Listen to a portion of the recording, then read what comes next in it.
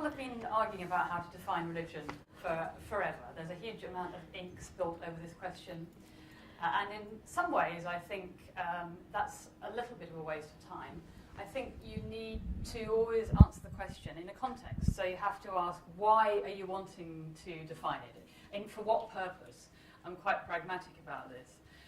So you appreciate that the word religion doesn't name a thing. Religions, it's a term that we use to try and get a grip on a complex constellation of elements of the social, of belief, of practice, of various dimensions of our existence.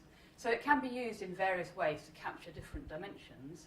I'm an empirical sociologist of religion, so I spend my time out there talking to people and looking at what's going on. And over time, I have come to think that it's very useful to think in terms of the two ways in which religion is operationalized.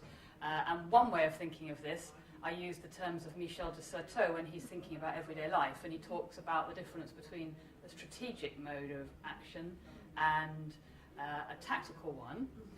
And the difference, in a nutshell, is that the strategic is how people can operate when they're in a position of power, when they have the space and the time to carve out a place in the world from which they can survey and act and plan and behave in this way from a position of power. For most people, the primary mode of action is a more responsive one, a tactical one.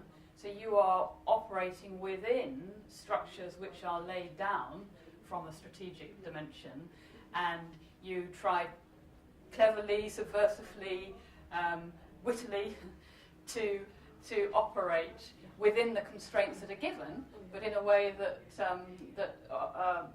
does the best for where you are. And I think you can apply this to religion as well. People often talk about religion much too blanket way, forgetting that, for example, religious leaders have a completely different set of interests in retaining, tight boundaries and orthodoxies and their patch from religious users, if you like, who can often use religion tactically, using it for what works in their lives and what makes sense for them, and who sit loose to what the religious leaders actually care about. And that is most of religious operation for most of history. And where religious leaders don't like it, they might call it superstition or magic, but it's a different mode of operation in the religious life. I'll tell you a little story here.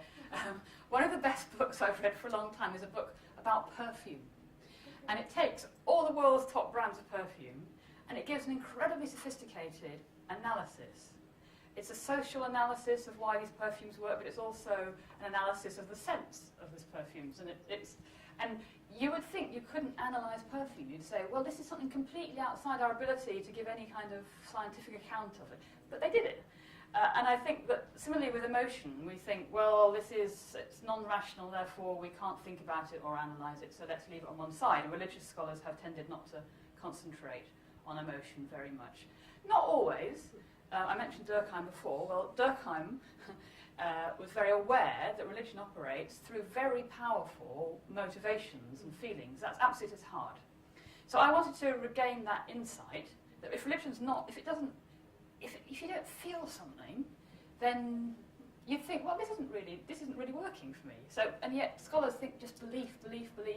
Then recently we've added practice, but still emotion gets left out of the window. And yet when you're interviewing people, talking to people, observing, emotions are absolutely central. I think you can analyse religions. If you go to different kinds of worship, for example, you can analyse them in terms of the emotional regimes and what range of emotions are being played out. So I wanted, like the people who wrote the book on the perfume, to say, let's take this seriously, and there must be a way of analysing this.